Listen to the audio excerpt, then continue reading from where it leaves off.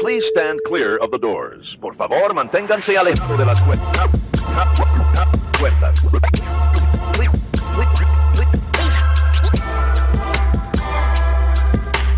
Please stand clear of the doors. Por favor, manténganse alejados. Because this here's the wildest ride in the wilderness. Hello, everyone. I'm Alicia. And I'm Nathan. Welcome to episode 187 of Adventures and Mousecapades. This week, we learned Sterling's soccer camp had nicknames for all of the players. Some were Clutch and Slammer. Mm-hmm. Sterling was appropriate for this week, Sharkbait, because... Ooh-ha-ha. Sharkbait, ooh-ha-ha, because it is Shark Week. Nice. Did you know they are doing, instead of Dancing with the Stars, Dancing with Sharks? No. What? I don't know if it's real or not. I just saw a little trailer on it, and I was like, oh boy. Okay. Wow. Yep. So happy Shark Week, everyone. Yeah. Happy Shark Week. Is that a thing we're wishing people now? I don't know. Yes. Obviously, I just said it. So, yeah. To all who celebrate. To all who celebrate. Yep. Well, we recently got back from our very first Celebrity Cruises sailing, and we couldn't help but compare Celebrity and Disney Cruise Line along the way. After all, we've sailed with DCL 15 times. Point of order. Yeah? I've got 17. Whatever. As I was saying, we're super familiar with sailing with the mouse, but can't help but wonder what else is out there, especially that might not cost as much. We bet many of you are interested in other options too, so let's take a look at what Celebrity has to offer, if Disney provides value for the extra dollar, and when you might want to choose one cruise line over the other. So we're going to start off with the hardware. We're going to give a quick overview of the fleets. Celebrity Cruises operates a fleet of 14 mainline ships plus one expedition ship that is really focused on the Galapagos.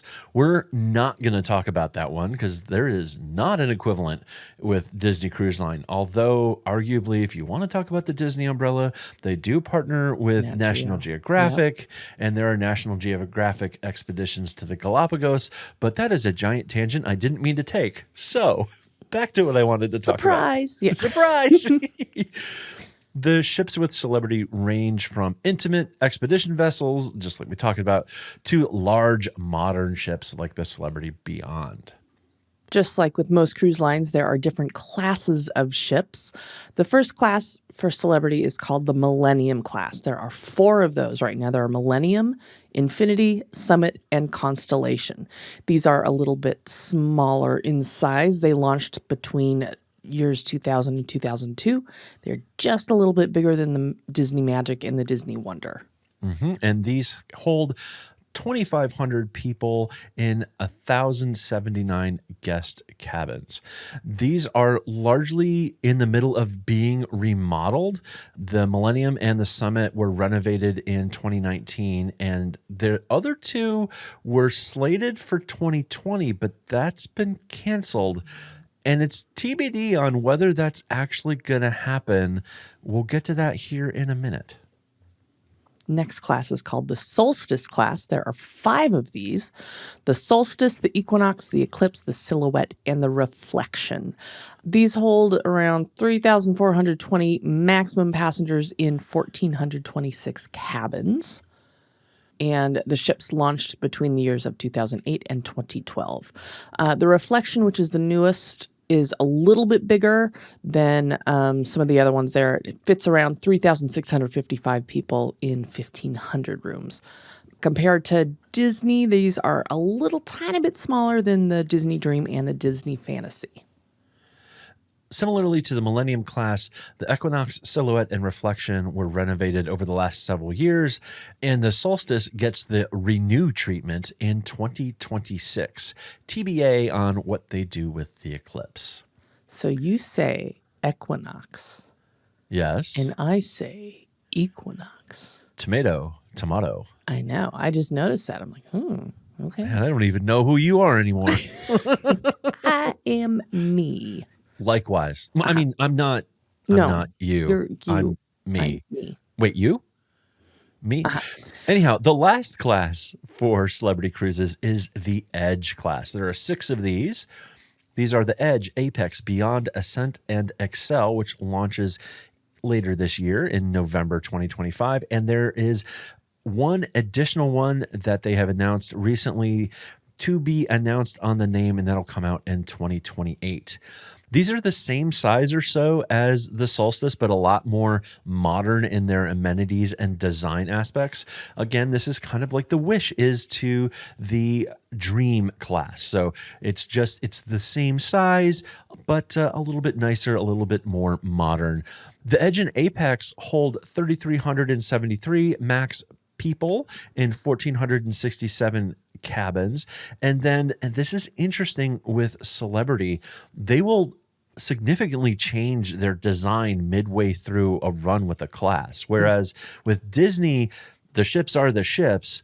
We've seen both with the Solstice class and again here with the Edge class, starting with the Celebrity Beyond, which just came out a couple years ago, there are 10,000 gross tons more, so 141,000 versus 131, and the ship is stretched by 65 extra feet. So there's bigger venues and expanded retreat spaces. So And deck. and exactly, and an extra deck. Thank you. So I don't know. It's not good. It's not bad. It's just they learn and will adjust midway through the run of a class. The Edge class ships introduced something called the Infinite Veranda, which is very polarizing. People either love it or hate it. There is no in between on these. Very true. Yes. So basically, instead of having an outside space, that part of your room is included in the room, although It's there's like a curtain. Yeah, it's like extended. Your room is Right. extended all the way to The edge of the the ship. edge of the ship, and it's just a big window that goes up and down, and that becomes your balcony area. Right. So we have opinions. We We haven't haven't stayed in sailed one. one. Yeah. Yes, exactly. So Maybe someday. I don't know. not if I have anything to say about it. So again, there's also the Expedition class. We're not going to talk about that, but that is the Celebrity Flora, and it holds 100 passengers to the Galapagos. Now, okay, interesting things here. Celebrity has announced Project Nirvana.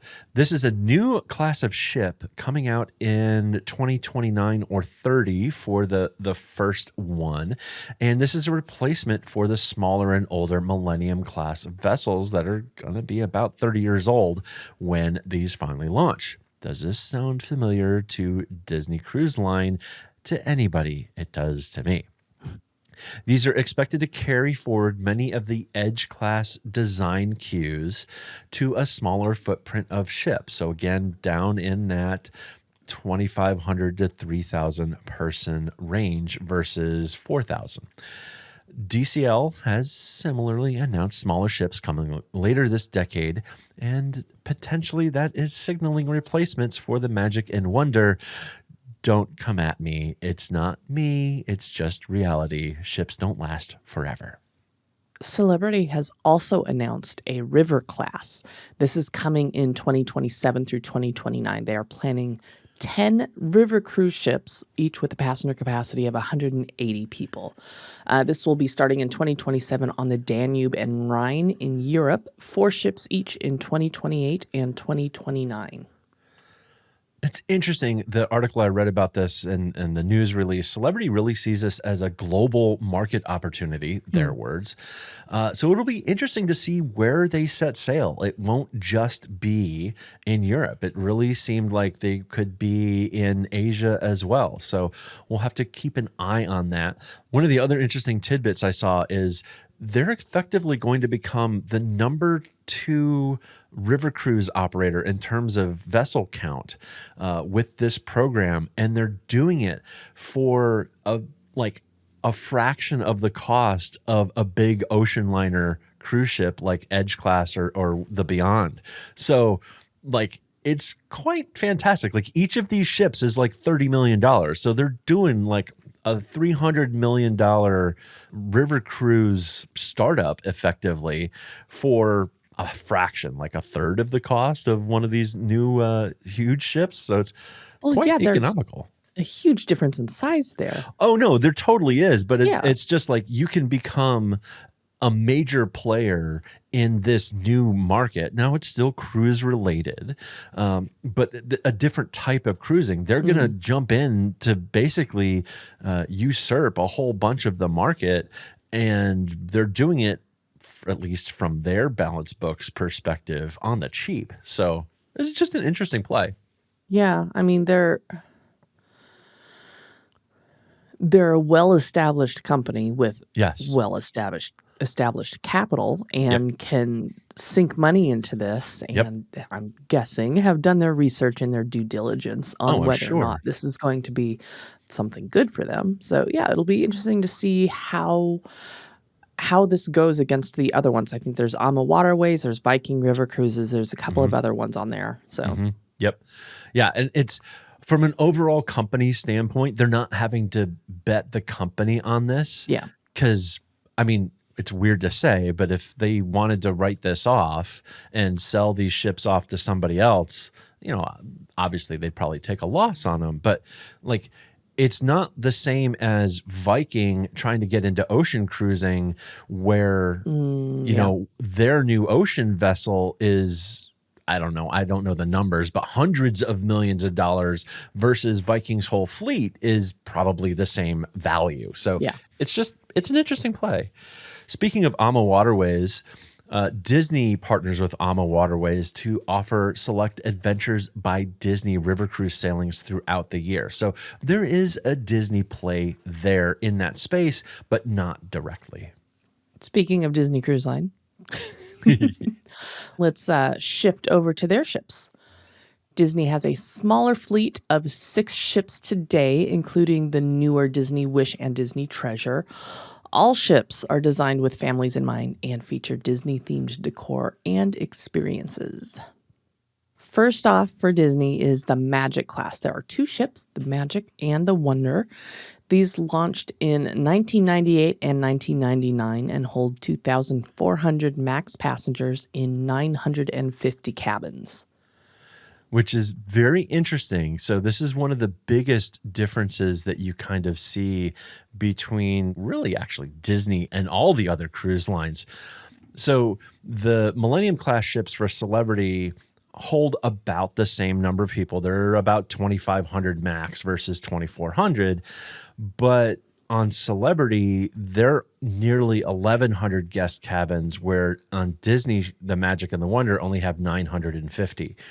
So the way to think about that is there are more multi-pillow rooms on Disney ships than there are on the Celebrity ships. So in other words, you're not going to have these family staterooms that sleep up to 5 like we see in Disney on many other cruise lines. You might see 4, but it's going to be like a big bed and then a sofa bed. Your kids would have to sleep on a couch. It's not going to be like a single on the couch and then a fold out bed coming from the ceiling and then maybe a Murphy bed coming out of the wall. It's different.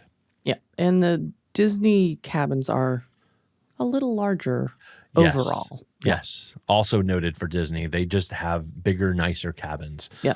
Things like the split bathrooms and all the rest of that stuff. So good stuff there for Disney.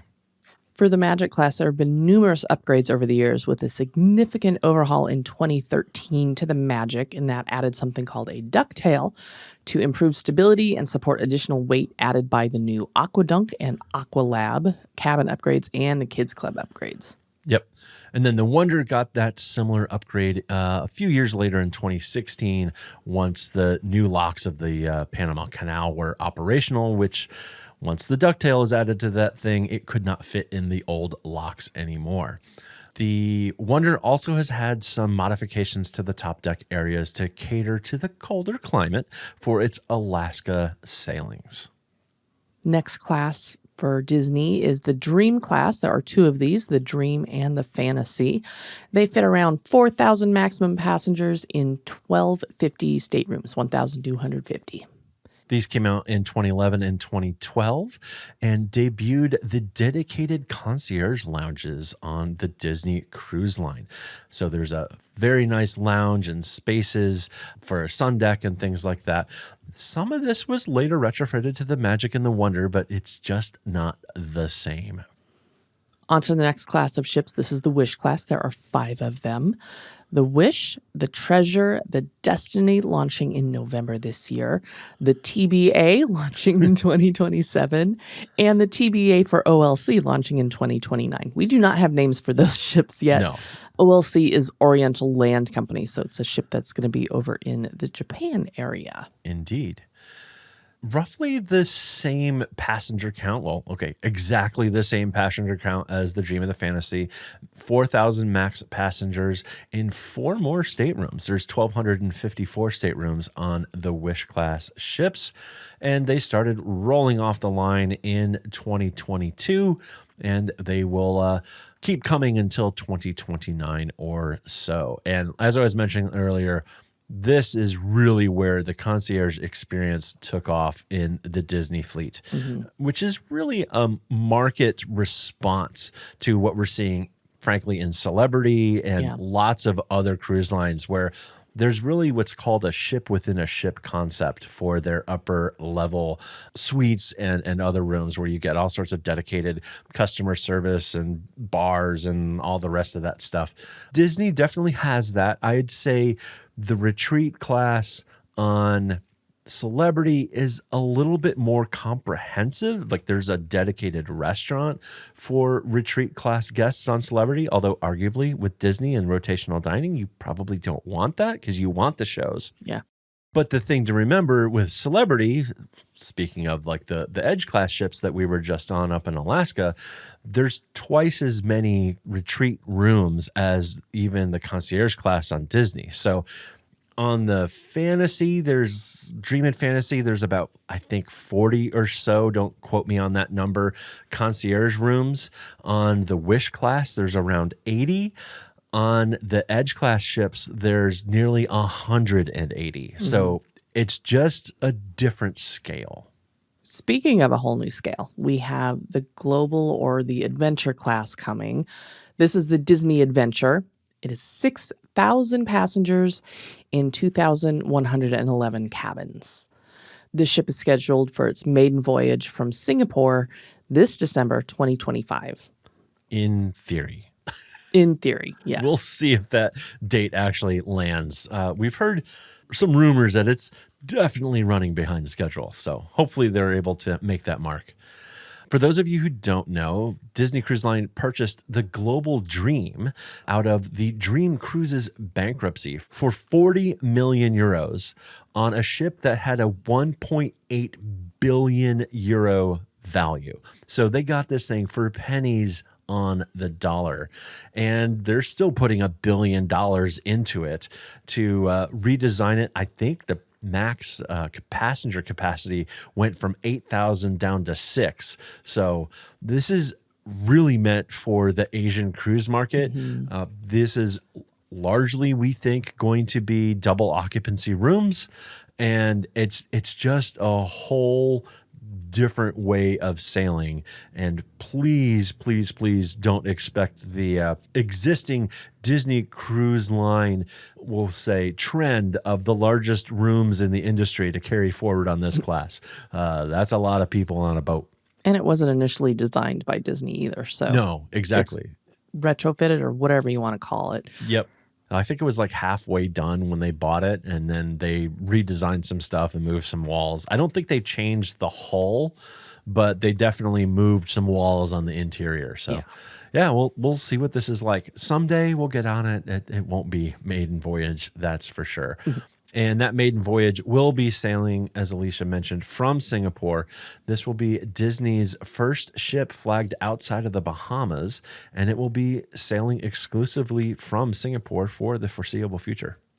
There's also a new to-be-announced class coming, which we are very excited for. There are going to be 3 of these that that we know of so far. This is going to be around 3,000 max passengers.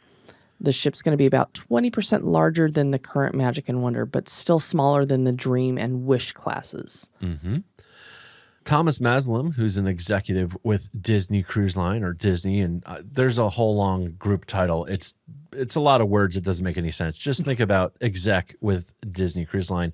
Threw a blurb out there and he said, quote, "We expect to explore a broad range of destinations, including those that prefer to host smaller ships." Alaska. This is awesome. Mm-hmm. I think we could see one of these in Alaska. I think we could see these over in Europe because there's a bunch of ports where the Dream and the Fantasy are discovering that they can't go and dock where they usually have been because those ships are just too large. So a chance to get back to some of these smaller places and be a little bit more friendly to the locals.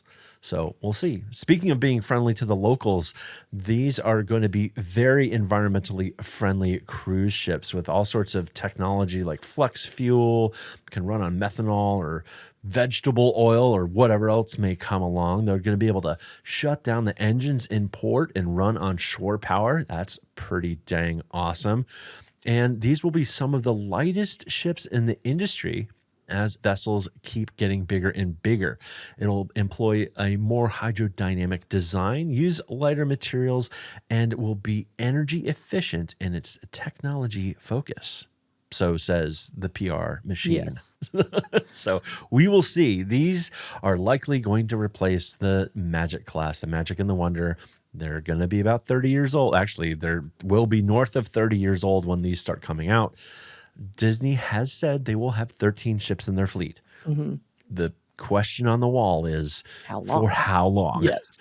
I think it'll be interesting. I think it's very likely that Disney Cruise Line will be an 11-ship fleet. Yeah.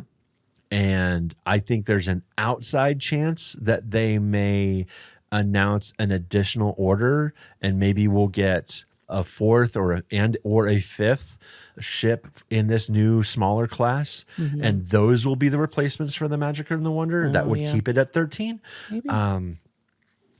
Disney hasn't historically been discounting their cruises, and they sure are this year. And we're less than halfway to a full fleet of 13 ships. So I would expect Disney to be pretty conservative here, and I think the Magic and Wonder will be on their way out once these new smaller class ships arrive. Speaking of arrival, where do we arrive? Alicia, where does Celebrity Cruise Line go? Oh, destinations. Yes. All right. Celebrity offers a wide variety of global itineraries. They are known for both popular and exotic destinations. Because they have a larger fleet today, it means there's more options to choose from in your destination, including voyage length and location. They have multiple itineraries all over the world, including the North American market, which is the Bahamas, the Caribbean, Alaska, West Coast. They have the Asia, Mediterranean, Northern Europe, Australia, New Zealand, South America, and even Antarctica. All the places. Plus the Atlantic and Pacific, Transoceanic, and Panama Canal crossings. All of the things. They go everywhere. They do. They go everywhere. One of the things I saw doing the research on this is in September in 2026, they are launching a 58 destination grand voyage. You get on the boat in September and you can stay on the boat through January of 2027. This will be on the Celebrity Solstice. It'll be right after its major refurb. It is basically a bunch of itineraries cobbled together, but if you do all of them, it's 110 night sailing with 65 days on shore, visiting 55 unique destinations in 15 countries. There are 8 overnight stays, so you can enjoy even more time in select locations. So here's the rundown of all of these itineraries. There's a 7-night Hubbard Glacier cruise, then 9 nights to and around Hawaii, an 18-night Treasures of Tahiti and Fiji, followed by a 13-night Best of New Zealand, a 10-night Australia Wine and Tasmania cruise, a 12-night South Pacific Islands cruise, another 16-night Australia cruise, 10-night Singapore, Malaysia, and Thailand itinerary, and wrapping up with a 15-night Thailand and Vietnam holiday. That is nuts. Holy cow. That is crazy. Yes, please. That would be awesome. 110 nights at sea. Yeah. Well, not at sea. Yeah, on the ship. On the ship. That is crazy. Yeah. That's a lot. Mm-hmm. I'd do it. I mean... Only if we're in the retreat. Only if, exactly. You might even be able to get me into one of those bungee classes if Yeah. Mm-hmm. if I'm on the ship for 3 months. Yeah, that's true. Also, speaking of destinations, Celebrity has a private island, which is called Perfect Day at Coco Key. It's not. It's Perfect Day at Coco Cay. Oh. Which, it's Coco Key. Mm-hmm. Because it's C-A-Y, which in the Bahamas is pronounced Key. I looked this up because this name always throws people off. And I noticed it's Coco Cay, Cococay. There's no space. Okay. I think that's how they're getting away with this. Okay. And it's very explicit on Royal Caribbean and Celebrity's websites when it's talking about Coco Cay. It's not Coco Cay. It's Coco Cay. It's okay. Coco Cay. Okay. Okay. This is a private island exclusive to Royal Caribbean and Celebrity cruises. They can fit about 2 ships a day there, and there is so much here. We have not visited this, but we have seen vlogs of people going to this. It's on the Berry Islands, which is in Bahamas, around 140 miles from Miami. And some of the things that are included here are the Oasis Lagoon, which is the largest freshwater pool in the Caribbean with a swim-up bar and party vibe. Chill Island, which is a classic beach day with calm waters and plenty of loungers. There's the South Beach, which has sports courts, a floating bar, and an upbeat atmosphere. What is a floating bar? I don't know. Okay. It's what it says. It's All right, a floating bar. Okay. Harbor Beach is calm and wave-free waters, ideal for younger swimmers. And then there is Splashaway Bay and Captain Jill's Galleon, which is water play areas for younger kids. And then if you want to pay more, because they're happy to take your money, you can go to the Thrill Water Park, which includes 13 slides, a wave pool, and Daredevil's Peak, the tallest water slide in North America at 135 feet. Nope. If you don't want to do a 135-foot tall water slide, Alicia, can I interest you in a 1,600-foot zip line across the island? Nope. How about going up and away on a helium balloon ride offering panoramic views? That I'm okay with, but I don't want to pay extra for it. Well, you're going to have to if you want to. There's also the Coco Beach Club. This is an upscale beach experience with overwater cabanas, an infinity pool, and gourmet dining.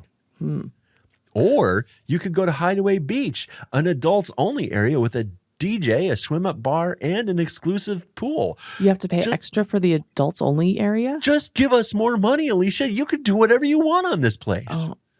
Okay, so the adults only is extra. You pay extra for that. The Coco Beach Club, I wonder if you're a part of the retreat or whatever it is on Royal. Yeah. Do you get access to that as well, or is it still an extra cost, I wonder? Don't know. Okay. My guess is that is for those upper level ship within a ship, retreat. In DCL, it would be concierge guests have a dedicated place on the island. That's my guess, but could be wrong. There's no way for us to know. There's no way for us to know. Yeah. Future Nathan here. The answer, my friends, is no. They want more money. It's not included in the retreat. There is so much to do at this place, though. Yeah. I'm just looking through this list. There is tons to do. This is definitely an excursion in and of itself. Oh, 100%.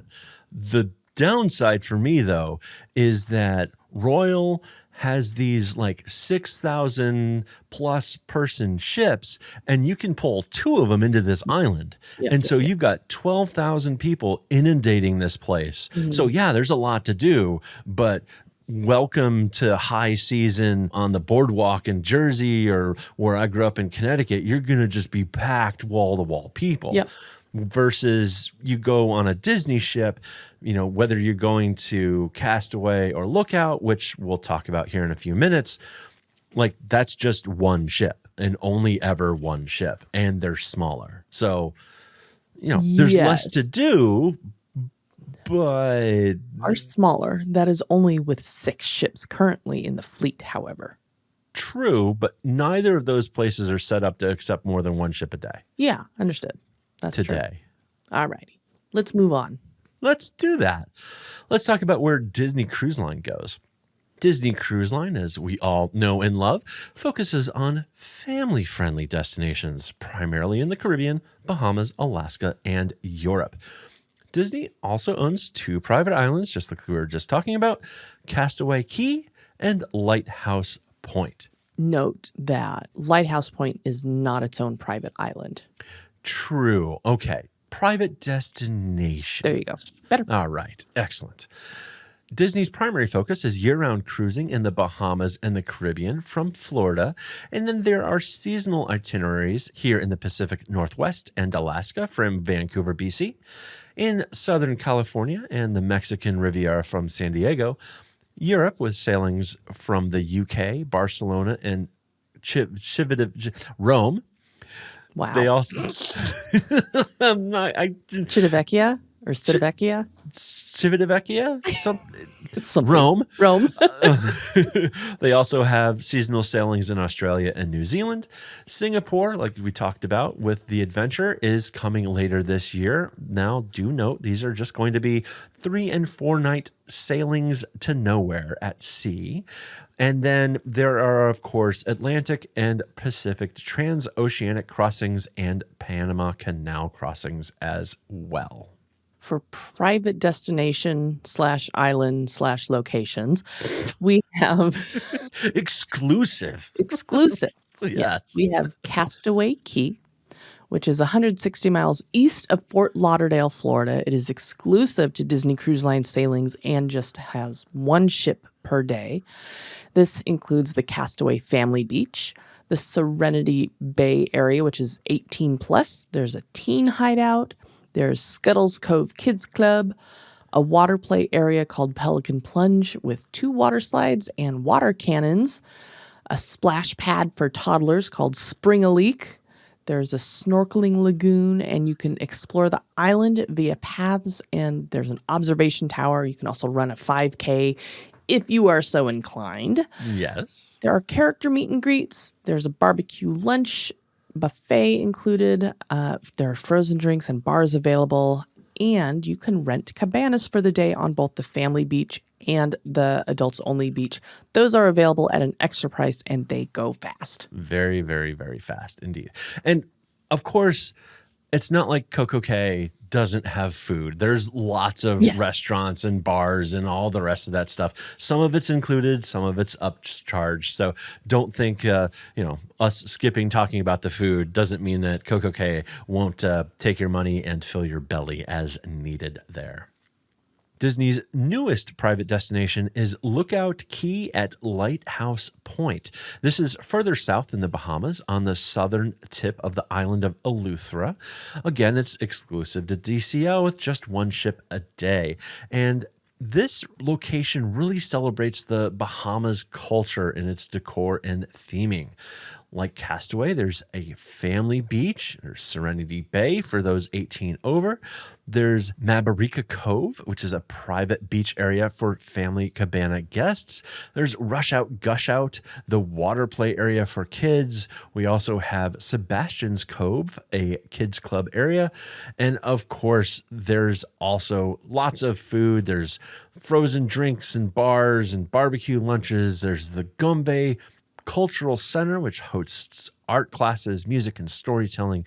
And there's the Play Pavilion, which is a covered area for family games and character-led activities. And of course, just like Castaway, if you want to give Disney some more money and you're frankly early enough in line, you can rent cabanas. One interesting thing we just saw within the last couple days about Lookout is they're discovering that there's some erosion issues happening around some of their cabanas. Yeah. Castaway has a seawall, if you will, that protects the lagoon there.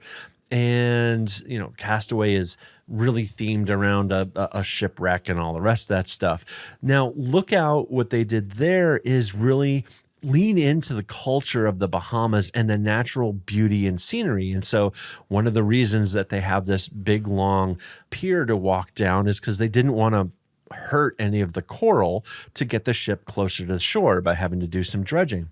So obviously there's no seawall or protected lagoon, which means that as there are storms rolling through, some of those spots that they have chosen to build on or near are suffering from some erosion. We're seeing some stairs on some of the cabanas that are supposed to go down to the beach.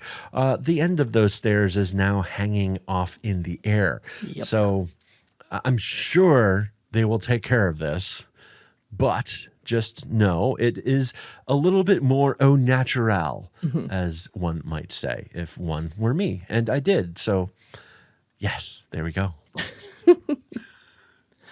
Shall we move on to stateroom options between the two cruise lines? Yes, let's shall. All right. For stateroom options on Celebrity Cruise Line, these feature modern and upscale staterooms with options like infinite verandas and the Retreat, which is a luxury suite experience with private lounge and sun deck. Rooms are designed for comfort and elegance. In general, there are a lot of different stateroom options from inside cabins, ocean view, and verandas. These are more traditional cruise rooms, often catering to couples with a king bed and the option to sleep more people on a sofa bed. The main beds can be converted to split singles if friends, kids, or even couples don't want to share. We won't judge. The infinite veranda is polarizing. As we said earlier, some love it and some hate it.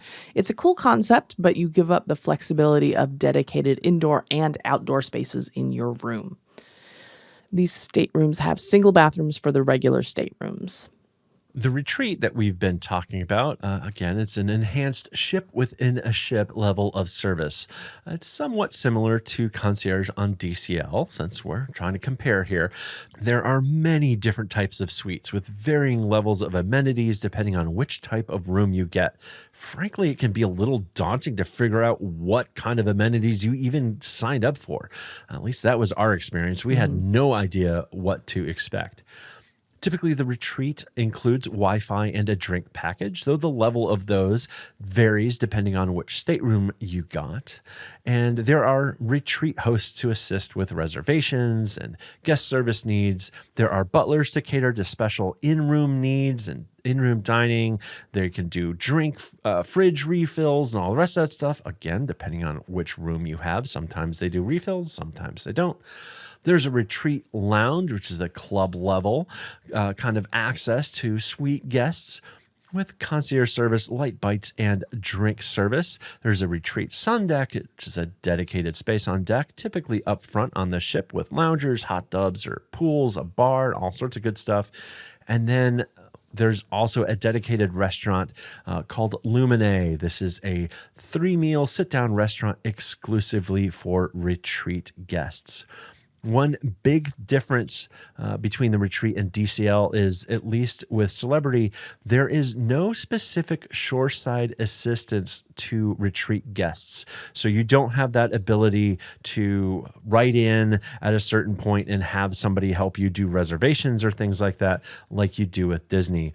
Although you don't have the same kind of date-based rush to sign up for things like you do on Disney Cruise Line. Basically, everything is just about ready to book as soon as you book your cruise. So just some significant differences there.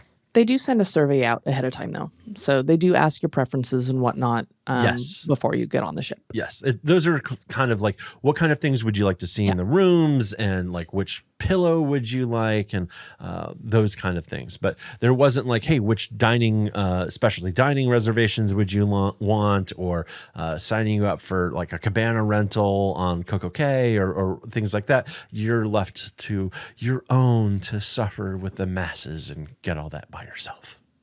Or do it when you get on the ship. Yes, or have them do it when you get on the ship. Exactly. For Disney Cruise Line, they offer spacious themed staterooms ideal for families with split bathrooms and whimsical Disney touches. Some rooms include magical portholes with animated characters.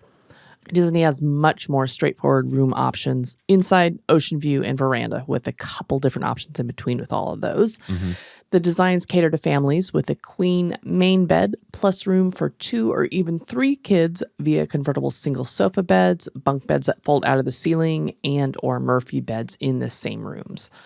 All have split baths with the exception of a few select inside staterooms. These are great for multiple people getting ready at the same time.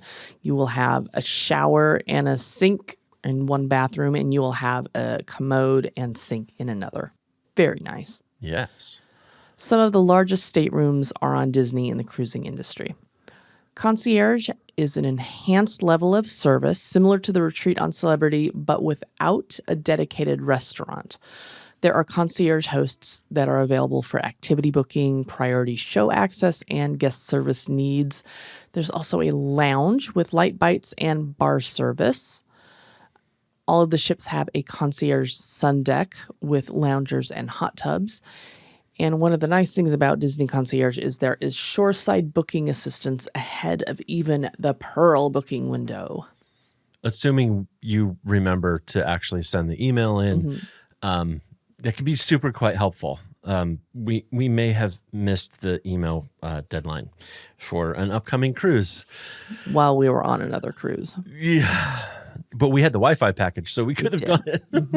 It's okay. There was nothing going on. Yeah, we'll survive.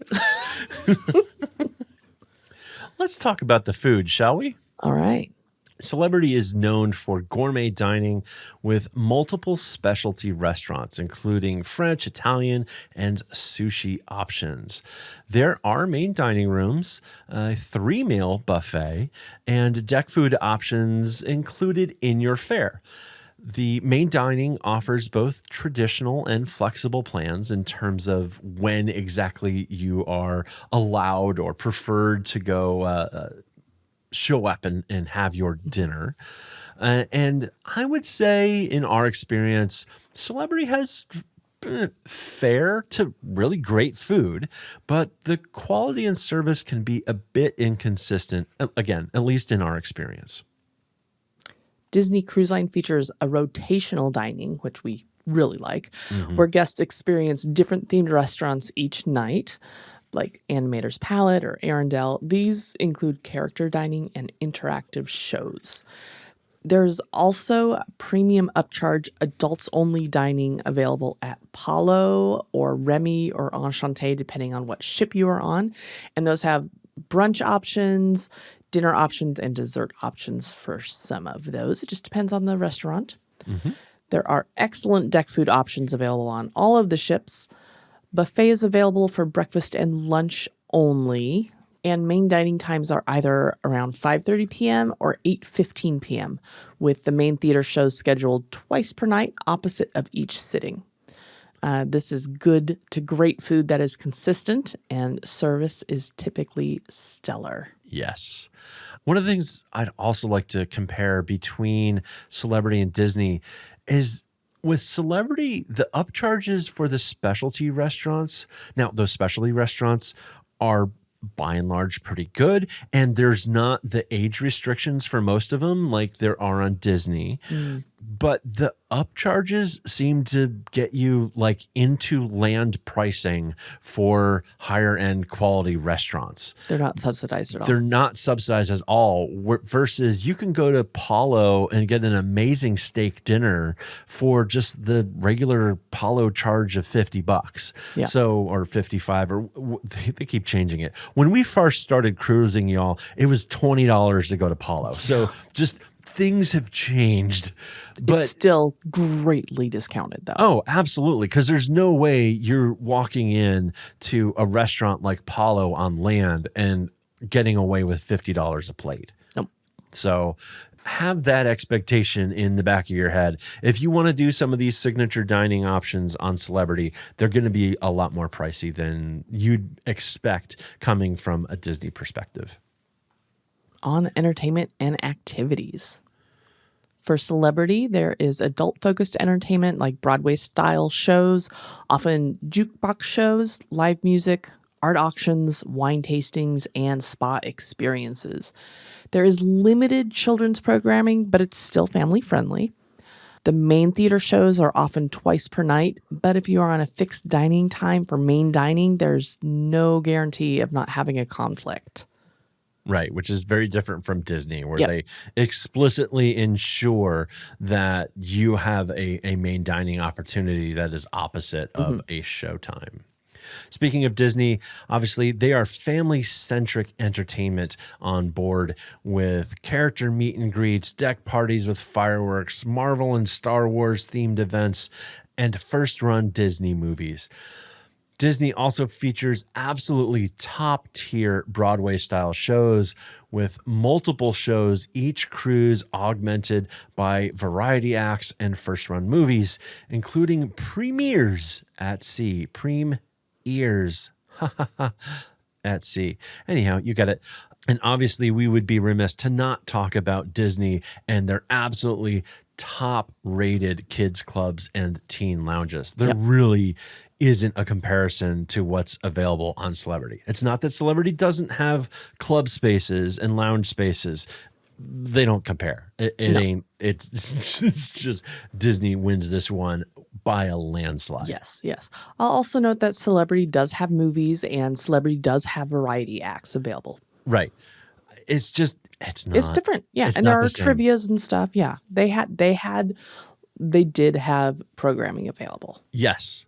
We didn't go to much, but it was there if we wanted to. Yep.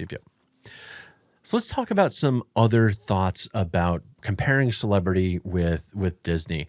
Our Celebrity sailing was better than our experience with Royal Caribbean, which is under the same corporate umbrella, but there were still some upsells happening, which can be really annoying. Well, at least it was for us. So, for example, we were having a slice of pizza in the buffet, and we had somebody come up to try to sell us a premium dining package, and it's like, I don't leave me alone. You Great already have eating, my let us money. eat. Yes, exactly. We've found DCL to be taking better care of their ships overall in terms of cleanliness. There wasn't anything disgusting about our Celebrity experience, but the Disney attention to detail literally shines through when it comes to keeping the ships looking their best. When we are on Disney ships, we see people cleaning constantly, all the time. Yep. No matter where you go, you'll see somebody doing something. Yep. And we didn't see that same level of detail being tended to on Celebrity. Again, it's not like this ship was filthy and disgusting. No. It's the difference between a 3-star hotel and a 4-star hotel. You know, somebody's getting out there with toothbrushes and cleaning every little corner. And, well, hopefully it's not their own toothbrush, but anyhow, I digress. Wow. I will say we loved the retreat offerings on Celebrity. We thought the staff there was on par with the staff that we've experienced from DCL and Concierge.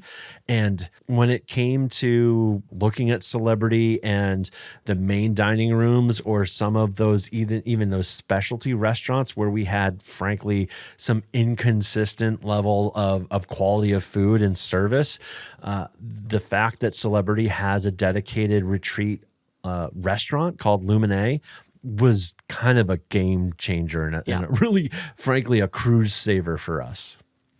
You can often sail on Celebrity at a significant savings versus Disney for similar itineraries, especially in Alaska.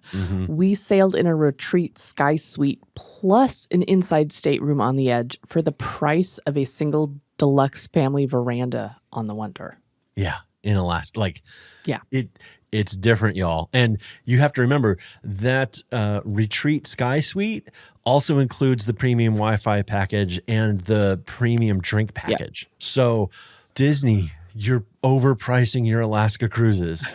Now, Disney's retort will be, but we're still selling them out. Yeah, I get it. I get it. Because they can't. Because they can. Yeah. Hey, supply and demand. I have a business degree. I get it. Lastly, we did have some experience hiccups on our Celebrity sailing, but honestly, that was the fault of the travel agent we worked with and not Celebrity themselves. The crew on board bent over backwards to accommodate us and made up for those issues. It really made our experience special, and a big shout out to those crew members for helping us out, because they really did overcome what could have been a very well, it was aggravating, but it could have turned in and spiraled into like an issue that dogged us for the whole cruise, and it just didn't. In conclusion, let's go over who we think each cruise line is best for. For Celebrity cruises, we see it as ideal for adults, couples, and multi-generational travelers seeking a refined, upscale experience with diverse destinations.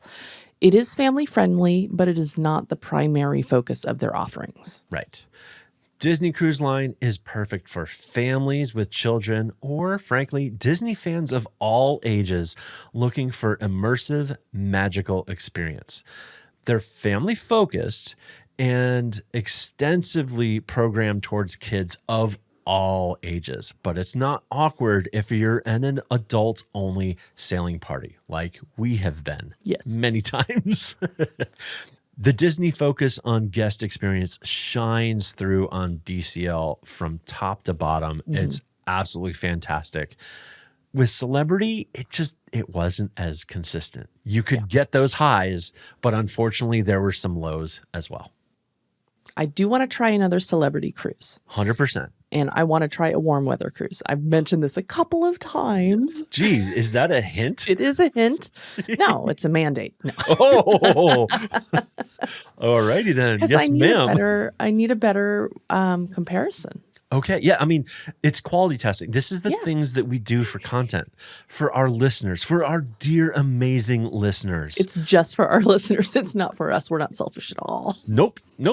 We are selfless in this. I mean, somebody has to test out the retreat sun deck in the weather that's warm, that you can actually be out on the sun deck. Yep. I mean, it's just content, y'all. It's just content. No, I agree. I would love to be on a Celebrity cruise again. I think it will be in the retreat because I don't want to give up Lumine. Yeah. I really like having that upper level of customer service and not having to worry about all of those specialty restaurants and things like that. It's not that you have to sail in the retreat on Celebrity. We're just spoiled. And I'm not ashamed to admit that. Like, we love going on Concierge and Disney, and we love being in the retreat on Celebrity. And it's, guilty as charged. We bougie. Celebrity really is intriguing to me because of some of the itineraries that it does.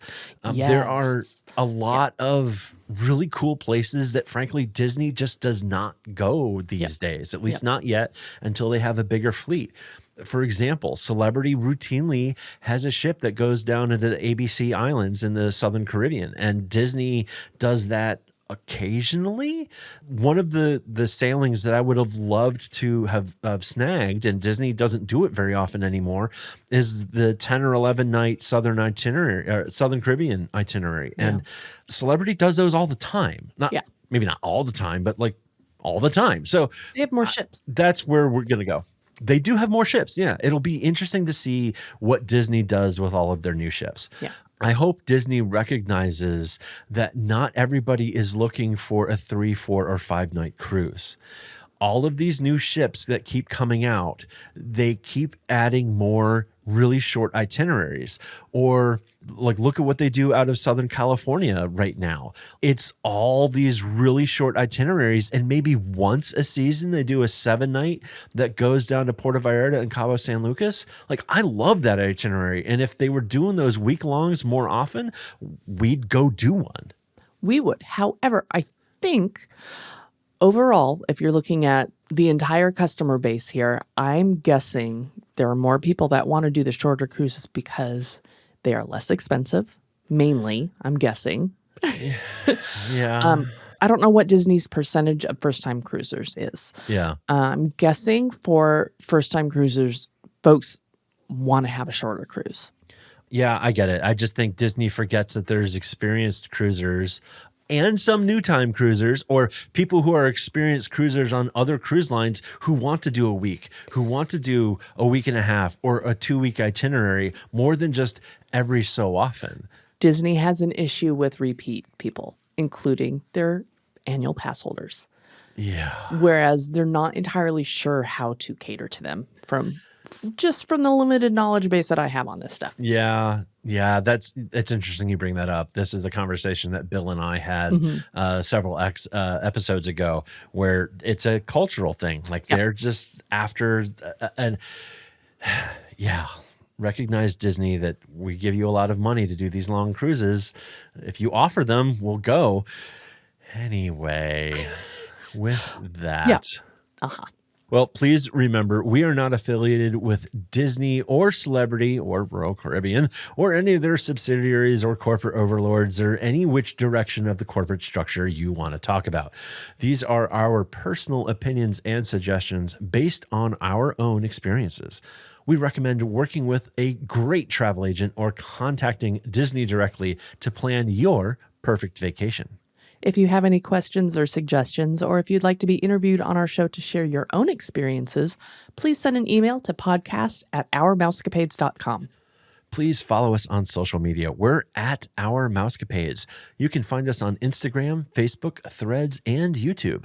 Please give us a rating and review in your podcast app. It really helps people find us. And of course, don't hesitate to share us with your friends and fellow Disney lovers of all ages. Thank you for listening. We'll be in your ears next week.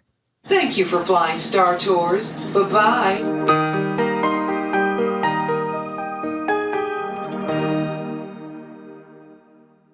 Shark bait. Ooh ha ha. Shark bait. Ooh.